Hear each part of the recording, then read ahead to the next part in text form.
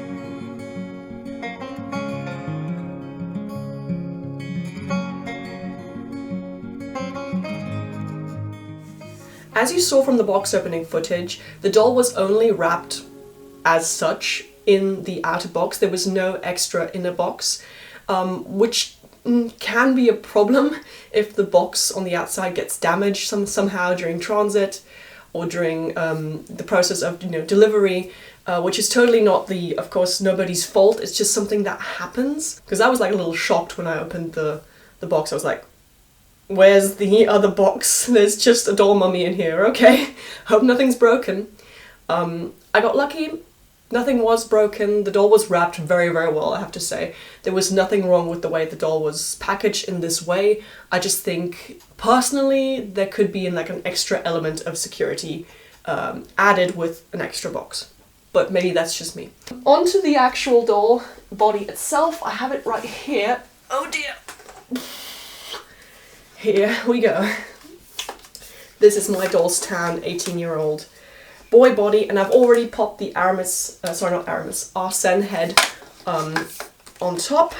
I'll be talking about that in a bit. This is the body. Ooh. And I think the skin tone I ordered it in is Dolce Fresh, because that is the skin tone of the head, and all Dollstown products have the same resin colour as Dolce does. So yeah, this is the doll body.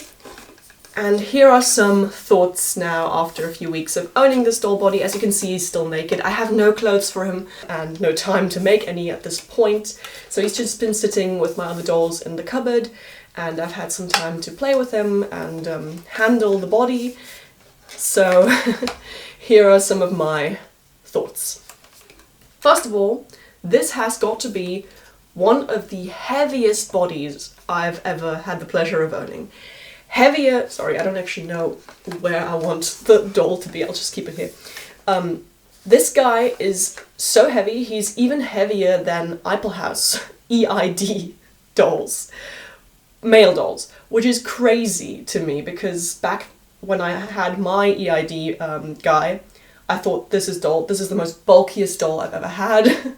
But then again, I had very little to go off on, and in terms of comparison, you know, I didn't have that much experience yet. And now this body is here, and I'm like, oh my gosh, he is heavy, he is chunky, he's a big boy. He's very tall, the body is very tall itself, and most of the weight is up here in the torso. This is a massive piece of resin. And also the legs, they're very, very long and very large, and they weigh a literal ton. It's insane. Well, not a literal ton, you know, it's not literally, not meant in a literal sense. Definitely heavier than the Dolce Mystic body I have, and while we're on that topic, let's talk comparison.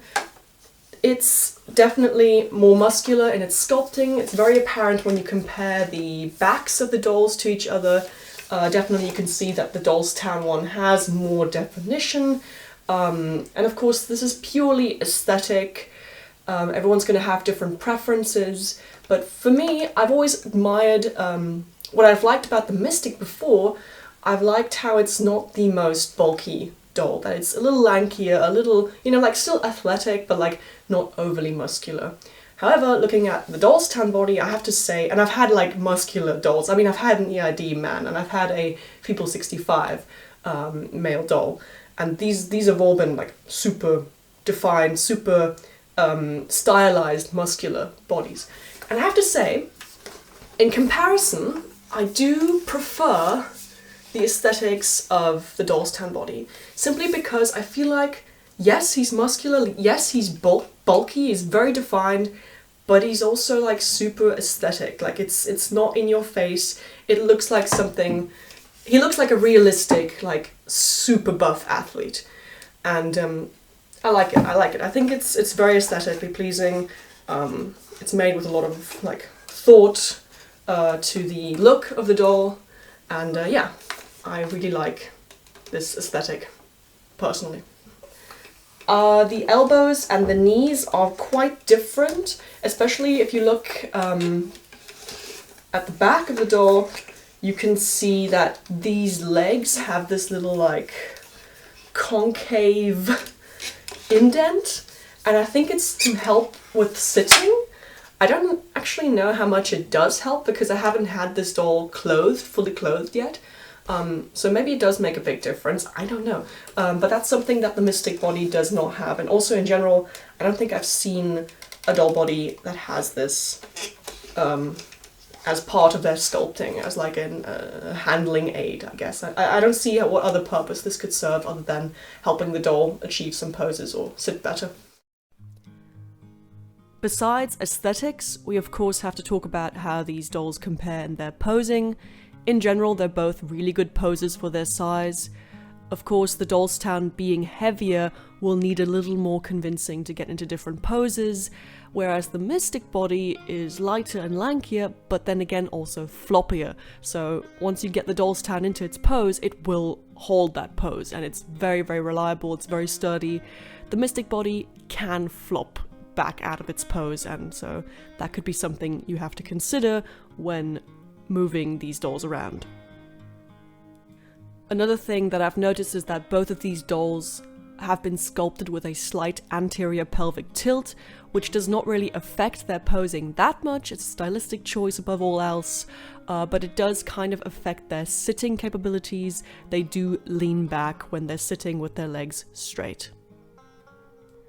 They're both really good archers and slouches. I'd say the Mystic body has a slight edge in these positions, although there is some gapping in the resin parts, and with the Dollstown body it's all pretty much seamless. So pay attention to that. Of course, that's a non-issue when the doll is clothed. Then again, clothes do inhibit how far the doll can arch its back and slouch, so, you know, there's a bit of give and take here. That head cap is hanging on for dear life once again. Why are these magnets so weak? Let me tell you, I was ready to get on in there if that head cap should fall. Just looking at this footage gives me anxiety, but miraculously it held on. Elbow range of motion and arms in general is very good. They can both touch their face. I think the Mystic is a little more natural in the way it moves its arms, but also, then again, a bit more floppy, so it needs more convincing to get into these positions. One thing I noticed and I found very interesting is that the Dollstown, when I put the Arsene head on it, it had better range of motion in its head movability, far better than the Mystic body. So I guess this might be a good time to talk hybriding. The Dollstown body is a very popular body for hybriding, and I can see why. It's very easy to just pop any head on the neck because it just has a simple S hook. There's nothing really you need to look out for. Of course, I can only speak for this particular head I have here, the Arsene head, which is from Dolce, but I guess this can also be said for heads of similar dimensions. The proportions are really, really good. At first, I was a little taken back because I thought the Arsene head looked a little small on the Dollstown body, but honestly I think that's just because the torso and everything about the body looks so bulky and is so, like, just overwhelming at first when you take it out of the box, that the head just looks a little small. And also I think that the Arsene head is one of the smaller heads of the whole Dolce line.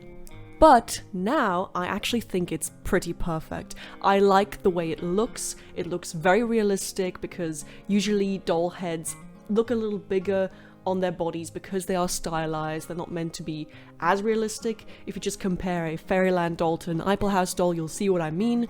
But in this case, it's very realistic. It works with the overall proportions. It works for me, which is the most important thing. I mean, at the end of the day, it's your decision whether or not you like the hybrid.